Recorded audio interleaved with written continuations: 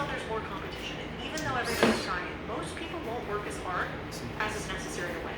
There are also, on the flip side, more people who are playing the game than you could ever imagine. Like, everybody will tell you in the beginning, oh, you can go do it, and then what happens? Well, you ask them to buy your product, and what do they do? Not buy your product. This is called optimism bias. Like, you think you'll win more easily than the data suggests. So, University College of London had this study showing that humans systematically underestimate the risks, overestimate their likelihood of success, especially in competitive domains like business, athletics. Founders usually think their idea is special or different. Or have you ever heard anybody say, like, you're like, who else does this? They're like, we don't have any competition. The science says you're delusional by design. This is why when founders come to me with ideas, I almost never look at the idea in our investment business first. We invested in, 33 companies in one fund, 100 plus companies in our holding company, and I never vet the idea. I vet the founder. Because the only real differentiator is you, and how much pain you're willing to take. So, when we've looked at 1,200 deals a year, I know this to be true. The real screen happens on the you. So you have to be a little delusional, otherwise you won't make it. But you also got to know what's happening out there. You got to know about something called the overconfidence effect, that people think they're above average, which is statistically impossible. Not everybody can be above average, right? Like, this is just math. I'm no mathematician, but I think that's how this works. This is fascinating. There's a study from this guy by Retarded. It's been expanded and replicated dozens of times. The finding is 80% of people think they are above average drivers. 80%. 68% think they're above average entrepreneurs. Mathematical reality, only 15% can be. So if your competitors think they're better than you, and some actually are. And even crazier, we gravitate to the same ideas, which is why when I look at investments and we help members of the boardroom scale their businesses, most of them are trying to tackle the exact same problems in the exact same ways. We have to work really hard to teach our 1% entrepreneurs how to get beyond that. And there's a famous Harvard Business School study called the Startup Gold Rush. And basically it says that people gravitate towards the same hard problems. So founders will do what's called clustering around high status ideas. So you guys could guess what that would be now. 2 letters, AI, right? Fintech, consumer apps. And what does this do? It creates this hyper competition, even when they, the founders, believe their idea is unique. And so this means if you're in a sexy space, you're competing with hundreds, thousands of smart people. If you're in a boring space, you're competing with less, because boring is often not as competitive. My space is sexy, but next to impossible, so humans try. If you look at how many startups exist right now, I think the government agencies are already taking care of it. 305 million startups are made every year. 100 million new businesses open annually. And there are currently 30 million active startups competing globally at any moment. That's why that nobody else is doing this is almost impossible. In the US, if you're like, well, not in the world, what about just the US? That's 5.5 million new businesses that were created in the US in the last year alone. 10 to 15% classify as high growth. That's 550,000 startups a year entering really competitive markets. And the number of new businesses, how much has it grown over the years? Well, since 2019, it's doubled. So either way, you have more competition than you want to admit, and some of them are better.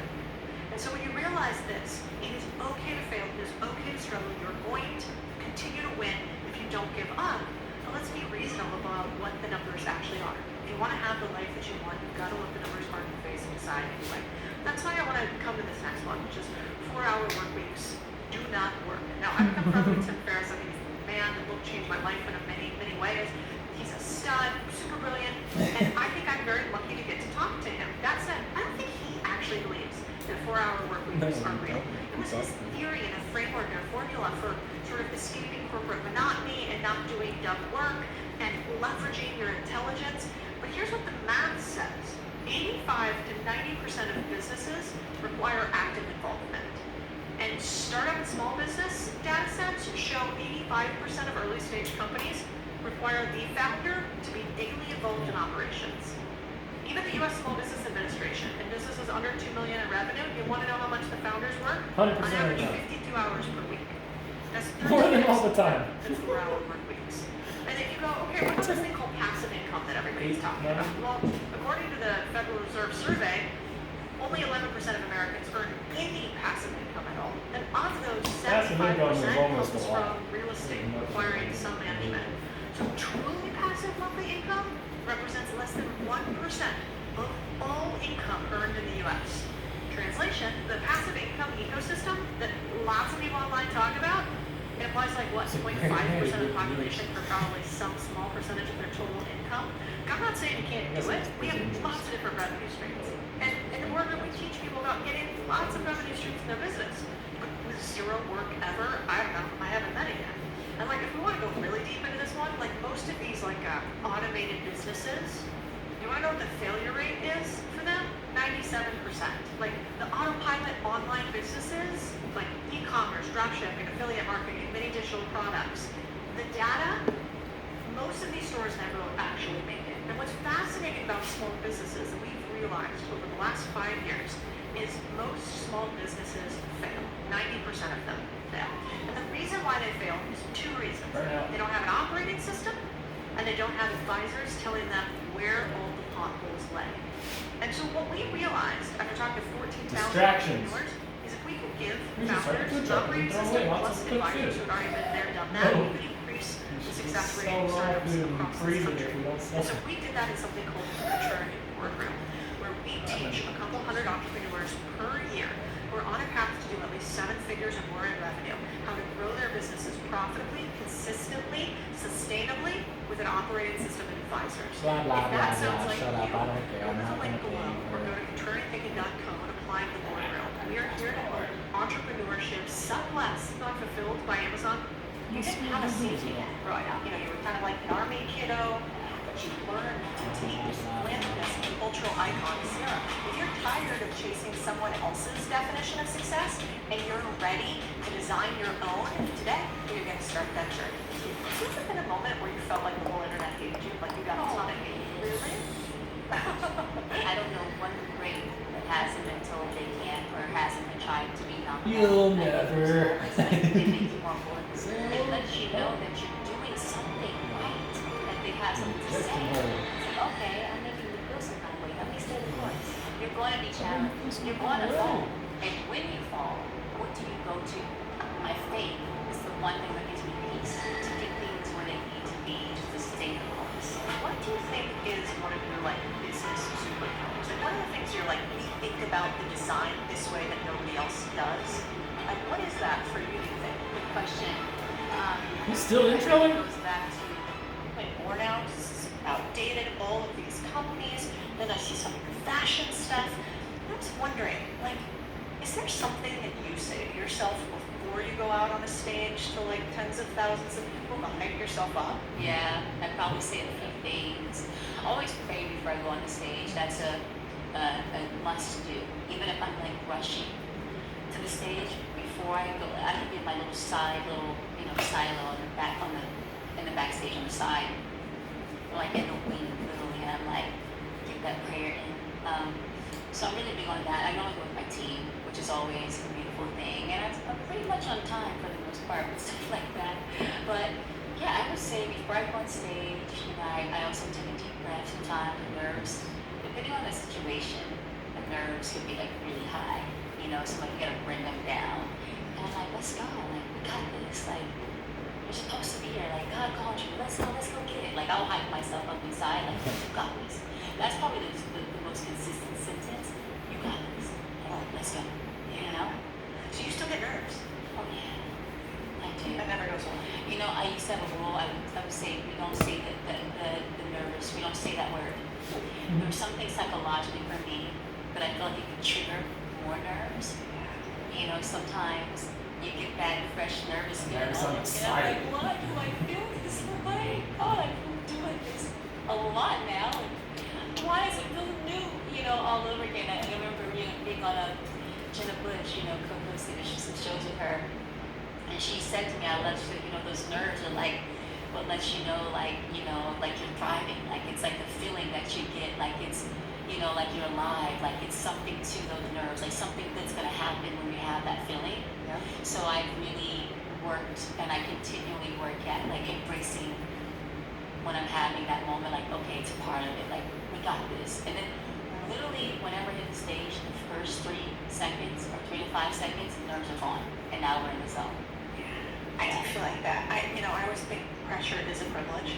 Yes. And so like recognizing those little butterflies, like this means this game on. Yeah. I got these doing something big now, but I'm playing small. There we go. Which I I like think that. is so cool. Yeah. I've never done anything like you have, but I've like given a bad speech before. Like where I just know it's bad, you know? And it hasn't happened that much, which is like so cool where I'm not aware of it yet. But I'll get off and it's such a horrifying feeling. Yeah. Have you ever like bombed a performance and thought, this is so bad? And then what do you do to snap out of it after you've quote unquote failed? Performance, I've definitely had some moments where I'm like, man, that could have been better. Yeah, I wish this I had year. one more take. You know, I think it's like you kind of have to like, I love this word embrace, like you embrace the moment. You're like, okay, how do I learn from this? You know, and it's like, you gotta psychologically kind of psych yourself out. Like, you know, it's like, okay, that happened, but all right, and on to the next. Like, you have, it's like, have amnesia. That's what it is. Like, you gotta have a little amnesia when you know, have your blunders in life or you make your big mistakes. It's like, okay, I gotta have amnesia so that I don't like hold on to that upset and disappointing feeling for too long. It's like, okay, where did we mess up? Why did we mess up? Okay, now, noted. All right, amnesia.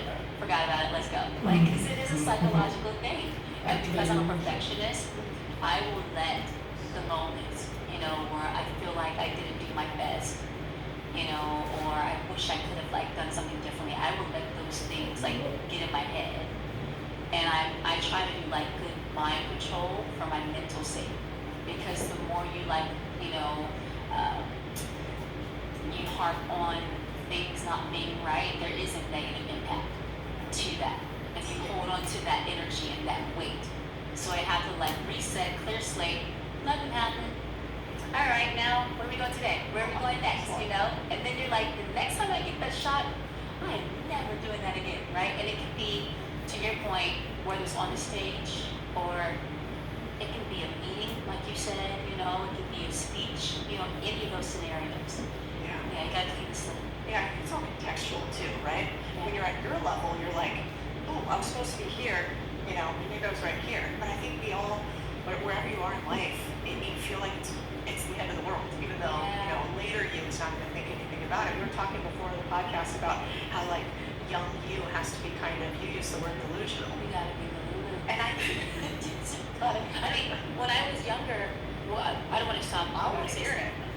Well, what I realized is that hindsight 2020, you know, when I was a little girl and I walked into rooms, and also being a woman of color, I never walked into the room thinking that I had any issue, like anything against me. I didn't think there were any odds stacked against me, because I was so committed to my vision and I believed so much in it. And I think I just saw like the vision happening and coming to life in my mind, that when I walked into rooms, like I was like very like fearless, and like, I mean, I probably would have been outspoken to some, like, they're probably, this girl, she's saying too much, or she needs to shut up, you know, or they probably were saying all these things, but I was like, I was a little delulu. I wasn't like really mindful of like, I didn't think about those things. You're the hero. Right? And I think that you kind of have to have that mentality, especially being a woman. You know, I think there's an automatic perception of us when we walk into rooms, especially back then. I think it's kind of starting to change a little bit, it might be for us, but you have to have that mental approach. Like, the moment we start putting all these thoughts in front of in our minds and in our heads, we start to like curtail things, or like to change it up, versus like, what's your instinct tell you to do? What's your gut tell you? Like, I still have to challenge myself to stop prefacing things like, you know, if this sounds right, you know, or, you know, stuff like that. Like, you know, and that makes sense. Like, I'll say that kind of stuff. It's like, no, it does make sense, right? But when you're young, it's just like a little puppy. Like, you don't know. You just do what you feel. And I'm so glad that I had that. And then I also had to learn along the way, okay, there's ways you have to like, you know, do things. Most importantly, as a woman, emotions left at the door. Emotions have to stay at the door. Like, when it comes to business, there's no black and white. There's no grades, black and white. Emotions, put them like this, toss them, and attack. You know, like, so it took me some time to learn a lot of things along the way. But I'm so glad that I was a little lulu. I was a young girl coming up, because I went for it, and I'm so glad I did. Okay, but it's a great point that you say, which is, I don't think we were told, like, I'm Latina, sometimes you will say, oh, well, it must have been hard as like a Latina in finance or whatever. And I'm like, bitch, those guys all look the same. It was Chad and Brad and Matt and, whatever. And at least I look different. So like, I don't know, I think you kind of can write your own narrative and say like, maybe it's a win. Yeah. So like, now you have kids. Like, what do you tell them? Like, are there words in Sierra's house? You're like, no, you don't label yourself this way. Like, this is how we talk about ourselves. I think the greatest thing is like, really catching my kids if they say negative things about themselves. Like, I can't, do this, or I'm not good at math, or I'm not good at this. Like, I'm really big on removing that negative thought, and I'm just consistent. I follow through. Like, you can. Like, you're so smart. You're so capable. Like, always speaking life. Like, you're so amazing. Like, you're so awesome. Like, you're so fun to be around. Like, if there's friendship challenges, like, I try to like go opposite of the things that like, I know their little minds start to process. I'm like, let me speak life into them. So the biggest thing for me that's been a standard internally is like, we don't quit, right? Just because something didn't work out and maybe you didn't ace a scenario doesn't mean you're a failure. To me, failure is when you quit, right? So that's kind of like my mentality, and I'm really big on that, passing that down to my kids, because I think that's really served me well. And Well, it's interesting. So you have this giant career, but from what I could see, like you didn't have a safety net growing up. You were kind of like an army kiddo. You moved around constantly. You didn't have connections in music, and so how did you learn to take this risk, to go big? So I always say I'm an only child. Okay, I think that when you're an only child, you have a lot of time on your hands to dream and like, imagine things and like, just do all that kind of stuff. And I've naturally been a very ambitious individual. And I don't know if it's my only child in me. Like, it's kind of like, I'm gonna get what I want, I think but most importantly, I was given a lot of love growing up. We didn't have a lot financially, but my love made me feel like I was so rich on the inside, especially. My greatest thing, though, what I did is, I'm always big on, like, you can't get to where you want to get to in life without a compass. And that was like a natural instinct for me. So the moment I decided I was going to be an entertainer, I literally sat in my room. I was probably 13-ish years old, and I had a goal sheet. And I was like, I'm going to write down my game plan. Because I had decided, I had a conversation with my classmates at lunch. And I was like, talking about life after high school. And it's time to start talking about, the colleges you're going to go to, registering and all that stuff. And like, I run track, I'm fast. I am even a couple who does, but I break records. Okay? I did long jump, triple jump, 4x1, 100. I mean, like, I was brining. But again, I was realistic. I'm not breaking records. That's holding up a gold medal just may not be for me. And I was into cheerleading, which I loved, but I was like, that's not going to be my ultimate job, but I love it and respect the sport. Shout out to the cheerleaders in the world, okay? It is a sport, all right? But I was like, I know I can sing and dance, and was never trained to do any of it. Like, it was me just kind of being within myself again, only child, energy. Like, you're like, I've got some talents here. Like, okay, let me channel these talents, and I knew I wanted to be an entertainer. And the moment I decided that, like, me being a determined little girl and like ambitious, I said, let me write down my game plan to get there. And literally 2 weeks after I wrote down my game plan, which was it was a yellow blue line paper. I've got to go to my mom's house to find this, my mom and dad's house, but basically I had 3 goals. My first goal was to get discovered, and then I said I wrote down how I was going to do it. So I was going to put myself in talent shows and find ways to be exposed so someone could discover me. And I remember signing up for the national anthem at my high school. It was the first thing I ever did publicly. Right now, mind you, I'm coming raw. I had no training. Nobody's telling me, how to do this. I'm just doing what I saw on TV or what I was studying. So I'm singing the national anthem, and then and the rock is red, I crack. And then I'm like, sorry, love lost mercy. But I mean, I was really so nervous. Okay, but that was the beginning, right? I said, put myself in talent shows, go to the national anthem, just do anything to be exposed. That was the first goal. Get discovered and how to do it. So the second goal was once I got discovered to sell 3 to 4 million albums. And then the third goal was to have longevity. Okay? So this was like my little short list, my short goal list. At 13. Yeah. So I did the national anthem, you know, talked to my friends at school about this is what I'm going to do, you know, at that same table, we were talking about our goals post high school. And one of my friends remembered that I said I want to be an entertainer. And he comes up to me like 2 weeks later and he's like, hey, see, there's this group, they're looking for a third member. Would you want to audition? And I'm like, yeah. So I get on the phone, I start singing, and I sound a hot mess. I don't know why they wanted to see me, to be honest with you, but they still want to see me. Nice. Maybe my friend like pumped me up because I tell you she's so talented or something. I don't know.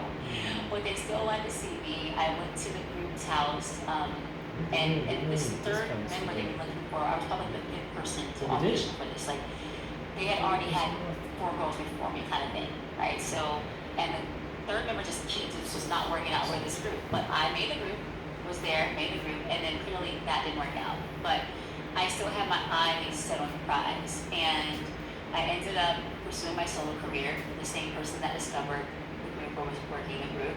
Signed my first admin deal when I was 15, and then I signed my first recording contract with a major label at 16. Wow. Okay, so now goal 1. We're the same age. Check. Get discovered. Thank God it happens, right? Then I put out my first album, Goodies, when I turned 18. Well, the song Goodies came out when I was 18. Album 19. All in the same year. And and I put that out, and then thank God, you know, we not only did 3 or 4 million albums, we did 5. And it's still rolling, right? And then the third goal was to have longevity. And so now I sit here talking to you, you know, 21 years later since I put out the album, you know. But I just always been a big believer that you can't get to where you want to get to without accomplish. And I think the most important thing is just reminding myself the power of through life and manifestation. How old is Sierra? Ciara is 39 years old. She was born on October 25th, 1985. Because it is real. Like, a lot of the things that have happened in my life, it's happened, of course, by working hard for it, but also by speaking life into it and, like, manifesting it. 41. Like, What is your like, when I math on say, that, dude? I want to make something happen. Like, once I believe it and then I start saying it, there's something that just happens psychologically for me, and I just start to will myself in that direction, right? So somebody wants to manifest, like, what is the process? Do you write it down, then you say it out Holy loud? crap, my brother's Yeah, right. Start taking action? Like, how do you copy Sierra? For me, I would say you gotta have a vision first, right? And we gotta be realistic with our vision. I knew I could sing and dance, you know, I knew I was raw at it. Like, a lot of my training happened in front of the world in real time, right? I didn't have a lot of show experience or any of that stuff, but, you know, I had a vision, it was very clear. And I think that vision that you have, it's gotta give you goosebumps. It's gotta give you an exciting feeling, right? Because you're gonna need those, you're gonna need that exciting and passion feeling more times than you can imagine, right? Because it's the passion. They say when you do what you love, you never work a day in your life. It's just my passion that, like, gives me the will and, like, sustains me through it all because I love what I do. Because it's hard sometimes. You know, so I think it has to give you that excitement. Like, are you going to be ready to wake up every day early in the morning, have some sleepless nights, be tired as a dog, eyes red, everything, exhausted, mad at the world sometimes? Like, are you going to be ready? It's like, are you going to be ready for that? Like, you know, and that passion, again, is what's going to, like, Every damn day, right? girl. Especially because you do the stilettos, too, on the stage, which is one of my glaring questions. How is that, like, we'll get to it later, but I don't think people quite understand. I don't do what you do, but, like, even a YouTube video, the 42 takes you have to do for a YouTube video, I can't even imagine. Right, because The you passion, right? out. I'm like, I want to make this great. So you might go to bed, you know, sore, like, I mean, beat up, shot. But it's like, for me, you know, what do they say? Sometimes beauty is pain. Like, you know, it's worth it for me because my mission is to be the best I can be. My passion is what, like, drives me. Like, I want my fans to have the best experience and visual, right? Like a visual experience, performance experience, song experience. So like, again, it goes back to my passion for that, right? So I'm always like, the day that I stop having that passion, and love for what I do, then I stop. Because I know I won't, I mean, what you have to put into it, like, there's not enough zeros to quantify, you know, the hard work, you know, or at least you're trying to work to get enough zeros to quantify, but who knows, we may never get it. So that's why the passion is so important. Yeah. And there's this quote from Emma Bombeck. She was like an old school feminist, but she says, like, when I stand before God at the end of my days, I hope I will be able to say I'm wrung dry. I have not one drop left. I love that. I know, I always think about that. Yeah. Like, that's what it takes. You gotta, like, do the work that is fun for you, that other people feel like is work. 100%. And then you win. Yeah, 100%. So I would say the passion, I would Energy, say, you know, passion, once you energy, lock into that well, vision energy. and what you want to do, it is big to write down, like to write down your goals, like surrounding it, you know. And then if you have other goals in general that aren't even connected to it, like write down your goals. Because again, like what's your compass? Like, you know, for me, in this very moment in my life, I'm overdue a whiteboard session. Like I love whiteboard sessions. Off a whiteboard. Right? You know, you put everything up on the board, Sessions at it first. helps you to see clear, like, what do you have going on in this moment, and then what do you need to do less of, and then are we staying focused? You know, so like, again, check your compass. Start to set your compass, and then continually check it. But yes, write it down, right? And then there's this part of like, believing, right? Believing in the vision, and then speaking life into it. Okay, that's not too long a damn video. Whiteboarding It just is goes like- like that. Some of them you need to trim the strap off of, and some of them you don't. There you go. In terms of our